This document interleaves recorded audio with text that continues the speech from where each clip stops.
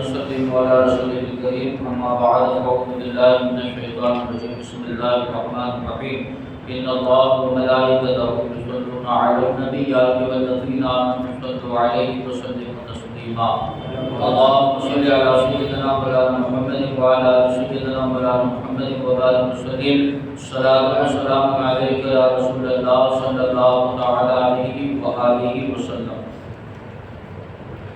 نجاستوں کا بیان حدیث مبارکہ میں ہے کہ حضرت اسماء بنت ابو بکر رضی اللہ تعالی عنہا سے مروی ہے کہ ایک عورت نے عرض کی یا رسول اللہ صلی اللہ علیہ وسلم، ہم میں جب کسی کے کپڑے کو حیض کا خون لگ جائے تو کیا کریں؟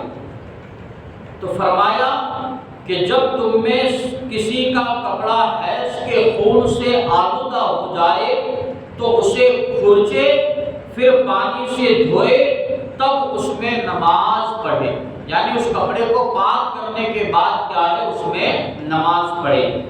صحیحین میں ہے کہ ام المومنین حضرت عائشہ صدیقہ رضی اللہ تعالیٰ عنہ فرماتی ہے کہ رسول اللہ صلی اللہ علیہ وسلم کے کپڑے سے منی کو میں دھوتی، پھر حضور نماز کو تشریف لے جاتے اور دھونے کا نشان اس میں ہوتا، ابھی کپڑا سکھ بھی نہیں پایا ہوتا کہ حضور کیا ہے اسی دھوئے ہوئے کپڑے کو پہن لیتے اور نماز کے لیے تشریف لے جاتے۔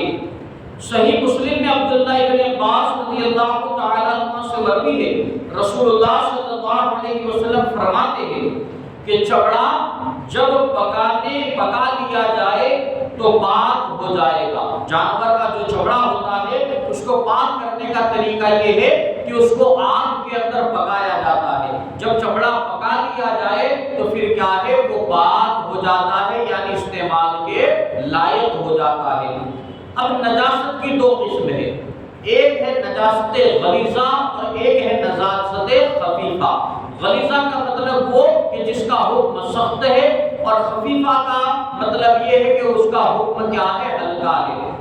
نجاست غلیظہ کا حکم یہ ہے کہ اگر کپڑے یا بدن میں 1 درہم سے زیادہ لگ جائے تو اس کا پاک کرنا فرض ہے، بے پاک کیے نماز پڑھ لی تو ہوگی ہی نہیں، اور اگر قصدن پڑھی تو گنہگار بھی ہوگا، اور اگر درہم کے برابر ہے تو پاک کرنا واجب ہے، بے پاک کیے نماز پڑھی تو مکروہ تحریمی ہوئی، یعنی ایسی نماز کو دوبارہ پڑھنا واجب ہے، اور قصدن پڑھی تو گنہگار بھی ہوگا، اور اگر درہم سے کم ہے تو پاک کرنا سنت ہے کہ بے پاک کیے نماز ہو گئی مگر خلاف سنت ہوگی، اور اس کا اعادہ بہتر ہے، یعنی دوبارہ پڑھ لینا بہتر ہے۔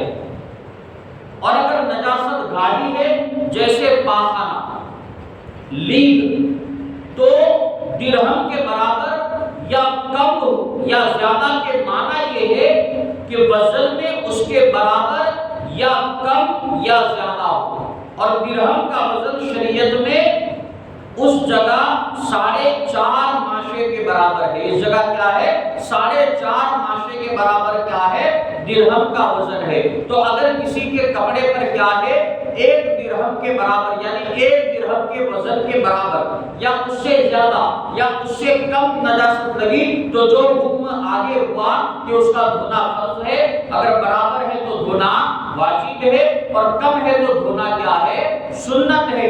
تو یہ حکم کیا ہے درہم کے وزن کے برابر کا حکم ہے جب کپڑے یا بدن پر لگے نجاست تو۔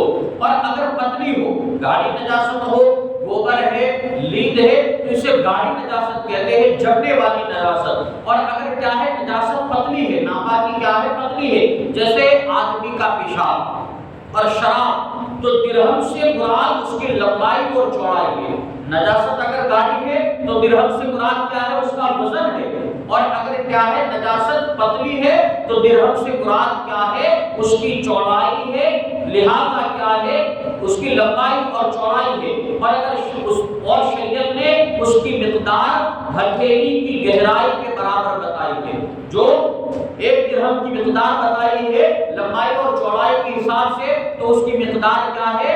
ایک درہم کے برابر، یعنی ہتھیلی خوب پھیلا کر ہموار رکھے، ہتھیلی کو کیا ہے؟ خوب پھیلا کر کیا ہے؟ برابر رکھے، اور آہستہ سے پانی ڈالے، اور اس سے زیادہ پانی نہ رک سکے۔ اب پانی کا جتنا پھیلاؤ ہے اتنا بڑا درہم سمجھا جائے، اور اس کی مقدار تقریباً یہاں 1 روپیے کے برابر ہے۔ 1 درہم ناپنے کی مقدار کیا ہے؟ ہتھیلی کو پھیلا دیا جائے، پھر اس پر آہستہ سے پانی ڈالا جائے۔ اب پانی کیا ہے؟ جتنا رکے گا، پانی کیا ہے؟ جتنا ہتھیلی کے اندر رکے گا وہی کیا ہے؟ درہم کی مقدار ہے، یعنی لمبائی اور چوڑائی کے حساب سے، یعنی 1 روپیے کے برابر۔ تو لہذا اگر کیا ہے؟ نجاست خفیفہ بدن یا کپڑے پر لگی اور وہ نجاست کیا ہے؟ بہنے والی ہے، تو اس کی مقدار کیسے ماپی جائے گی؟ روپیے کے سکے کے برابر۔ تو آج ہم نے یہ سمجھا کہ نجاست 2 طرح کی ہوتی ہے، ایک کیا ہے؟ گاڑی، اور ایک پتلی۔ تو گاڑی کا وزن کیسے کیا جائے گا؟